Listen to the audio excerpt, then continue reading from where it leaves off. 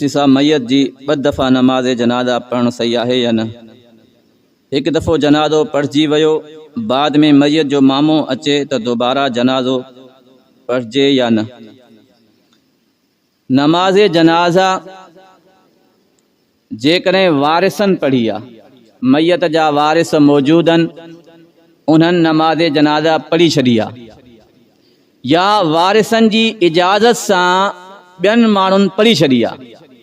त हाणे उन मैयत जी दोबारा नमाज़ जनाज़ा न पढ़बी। भलिया पोइ हिकिड़ो माइट काथी परे हुयो, बाद में आयो आहे, मामो हुजे, चाचो हुजे,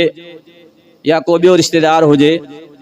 हिकिड़े रिश्तेदार जे बाद में अचण सां दोबारा नमाज़ जनाज़ा न थींदी। वारिसनि पाण हिकु दफ़ो पढ़ी छॾी आहे, मैयत जो पुटु आहे या मैयत जो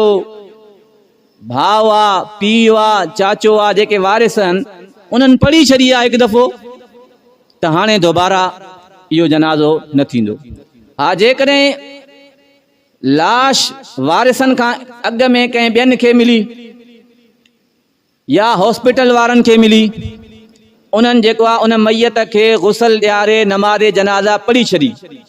बाद में उहा मैयत वारिसनि जे हवाले कयूं,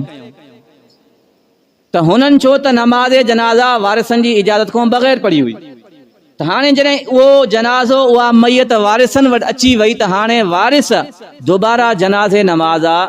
नमाज़ जनाज़ा पढ़ी सघनि, छो त इन्हनि अॻ में न पढ़ी हुई, न इन्हनि जी इजाज़त हुई।